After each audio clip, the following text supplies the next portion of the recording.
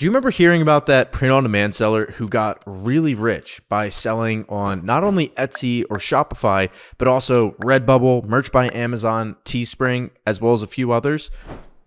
Yeah, me neither.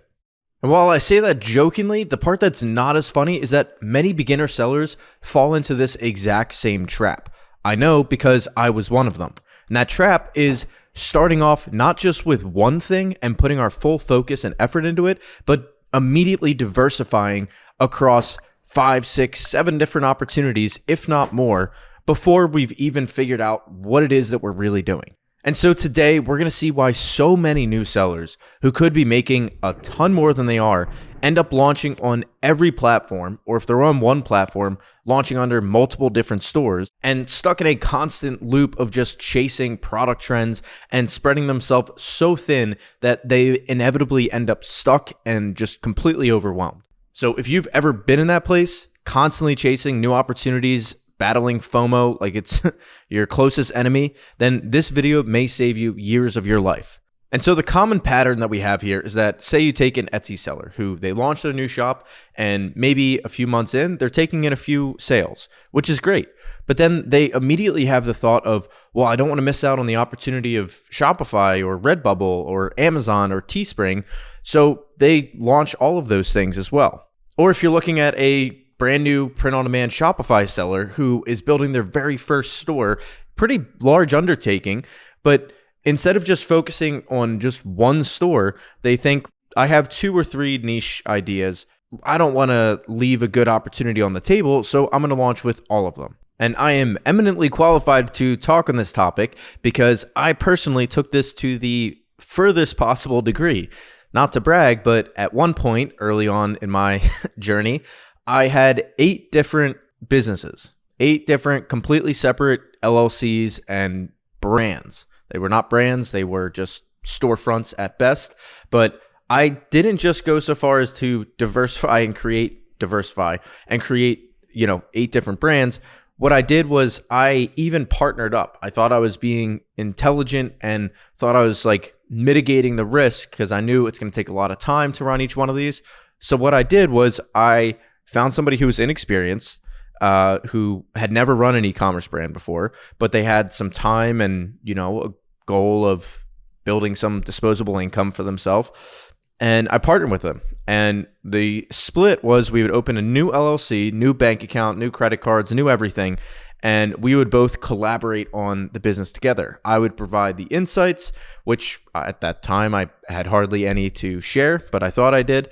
And they would provide the legwork, and conceptually could be an okay idea, but in execution, it couldn't have been anything further from that. The reason that this is such a massive problem, and one that a lot of beginners, it's very tough to see until you actually experience it yourself. So the goal of this video is to hopefully stop you from having to experience it so we can just conceptualize it and then lock in the lesson learned without the painful, trial and error ourselves. But if we break it down just fundamentally, what we have as entrepreneurs and founders is we have 2 main skills, 2 main outputs that we can put into the business. And that is our energy. So this is our time, our mindset, our physical energy, like are we able to get up and actually work on the business for an extended period of time? And then second, and way more importantly, is our focus, because energy without focus just goes all over the place. And we have it just shooting out in random directions. And if we picture our goal is to burn a hole in a paper using a magnifying glass, like with the sun, if I just hold up a sheet of paper to the sun, nothing's ever going to happen. But if I then hold up sheet of paper and then a magnifying glass, it then channels the energy to burn a hole through the paper. But why don't we just do this? Conceptually, that makes sense, but why don't we stick with things? Well, it's because when we start off on our journey, we're very unsure of ourselves. And we look a lot like this person here, where we're climbing one mountain. We have our current project, and eventually, as we're going up the mountain, we hit a point that is somewhat challenging. And that makes us then start to kind of look around and see what else there is out there. And then we see another mountain. We see a new, exciting idea. This is otherwise known as an SOS, Shiny Object Syndrome. And if anybody's familiar with Lord of the Rings, we end up looking like this guy here, Schmeagol. Well, not technically not yet Schmeagol. But anyway, nerd stuff aside, we find a ring, we find something super shiny and exciting, and we latch onto it. And we latch onto it so long that eventually we end up looking like this. And this was me, because it was not just me holding on to one thing. It was 8 different things. And so the reason this is so impactful is, like, obviously we don't want to end up looking like Smeagol, but what is the impact in the business? Well, business, fundamentally, you break it down as we have our energy and our focus that we are able to put into a strategy, and a strategy defined as Etsy, as Shopify, as merch by Amazon. And we've made videos on this channel before about like which opportunity we think is the best. But I say repeatedly, literally just pick something and stick with it for an extended period of time. If that's Etsy, great. If it's Shopify, awesome. Just pick something. And that's the whole point of this video. Because when we are able to do this, and this is the thing that I could not conceptualize until I did it the wrong way for years, is when we're able to put our full focus into the strategy, what we then get out of it is outputs. Great. So we have outputs.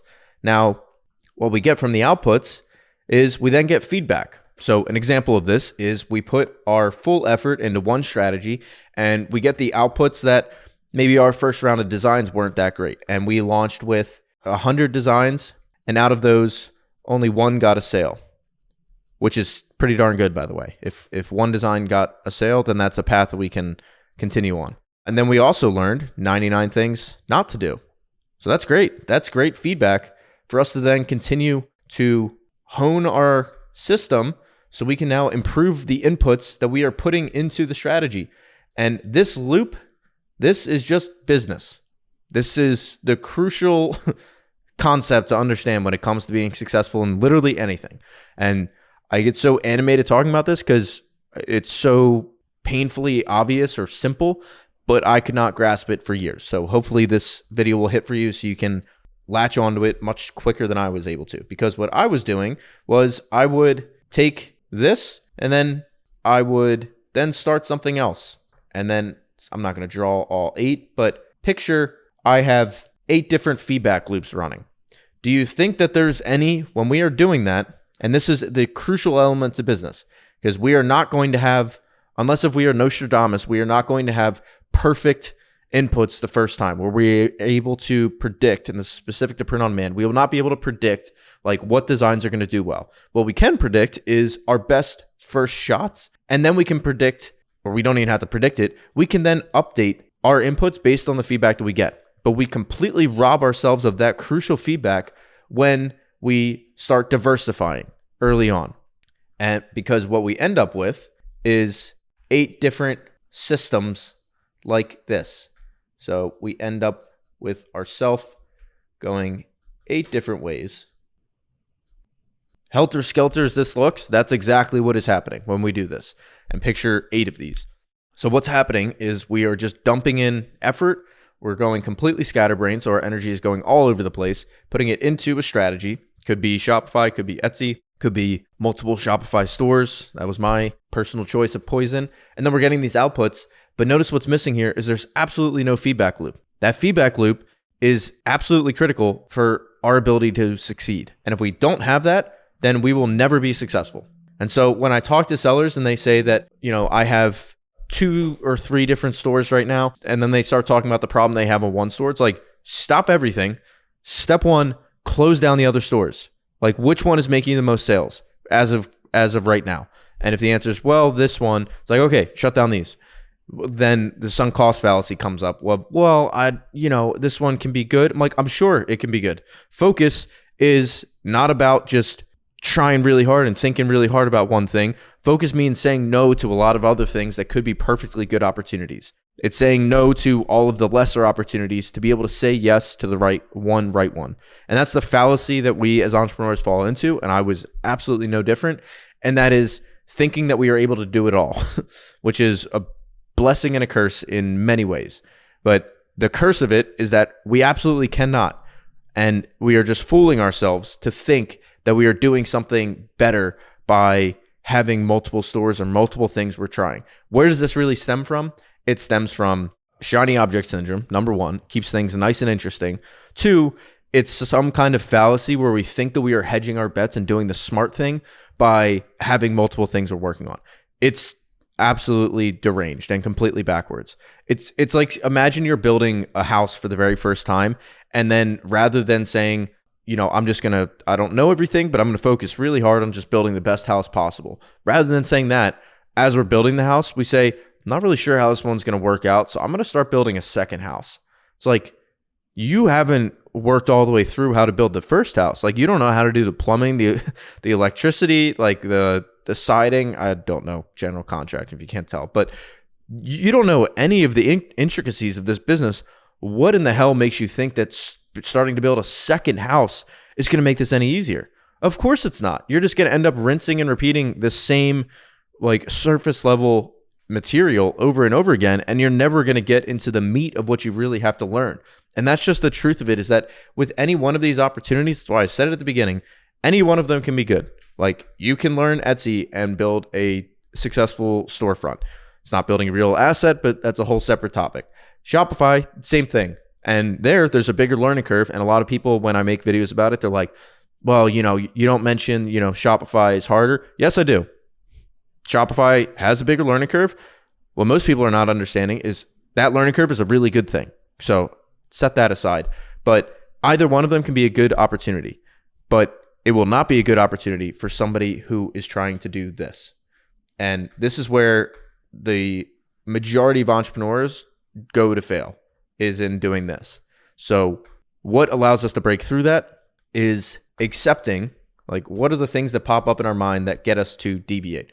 It's self-doubt, fear of failure specifically, anxiety, shiny object syndrome, FOMO, all of those things. Those are all, and this is how we can get out in front of it. All of those things are very, very normal emotions or things to observe in yourself as you're going through this. They are all very normal, and absolutely none of them is a sign that you're on the wrong track. Do not indulge yourself in thinking that it is, because that is just your 10,000-year-old ancient brain trying to do you wrong, essentially. You're part of your brain and our subconscious that is wired for survival. Its job is to be constantly surveying the landscape for things that can kill us, things that are easier, so it consumes like less calories and stuff. Just ignore all of that. Our brain is not hardwired for fulfillment or happiness or any kind of long-term enjoyment. We have to be out in front of that and mindful of it. Because when I was a beginner, I did a very good job of convincing myself that having 8 brands was the smart thing to do, and it's absolutely not. So here's my challenge to you. For the next 90 days, I want you to pick one platform, one opportunity, I don't care what it is, and go all in on that, and put on the horse blinders, ignore everything else, including our own self-doubt, our own FOMO, our own shiny objects, and say, and there's been studies that have found that by telling ourselves this little trick, it helps make it a lot easier. And that trick is saying not no to everything else. And this study pertained to people who were trying to lose weight. When they had an urge for, snack food or whatever, rather than saying no, what they told themselves is not right now. So when you have those thoughts come up, don't tell yourself, no, I can't do that. Like that's like a lot of friction internally. Just tell yourself, not right now. Just not right now. I can do it in 90 days. If you can commit to just doing one thing consistently for 90 days and telling yourself not right now to everything else, and you can do that in the 91st day, I promise you that by the time you get to the end of the 90 days, you will have a completely renewed experience, and you will have made so much progress in that one thing that every other opportunity will seem dumb to you at that point. And I literally never could get through just a 90-day sprint of just my head down on one thing for like the first 3 or 4 years of my career. So learn from my mistakes. And in doing this, if you're going the print on demand route, you just need, and the beautiful thing about this is you just need like one print partner. And we switched around time and time again. You just need one selling platform. And so I can save you some context switching and testing out a lot of different places. And I've used Printify now out of all the different ones in the market. I've used Printify now for the past 5 years, since like around COVID. So like, what is that, 5 years?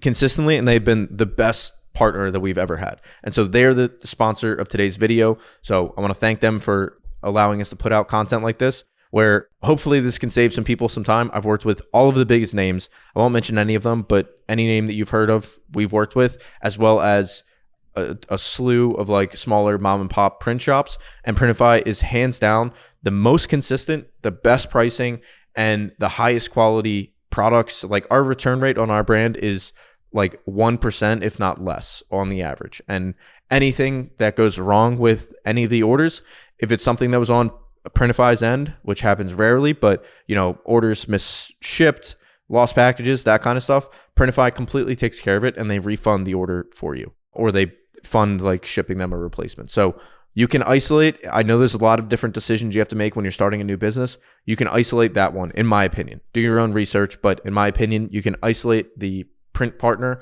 and just start with the lowest barrier to entry, which in my opinion, again, is Printify. So thanks for watching. If you want to see more content like this, comment down below and let me know which platform are you committing to for the next 90 days. What are you going to shut down all other possible opportunities for and just go all in for the next 3 months? I promise you, if you can do that, one, you'll be in the top 1% of people. Hardly anybody is capable of doing that because it's so simple, and we convince ourselves that something should be harder along the way. So commit yourself to the 90 days. I would love to hear from you in the comments so we can help hold each other accountable. And thanks for watching. I'll see you in the next video.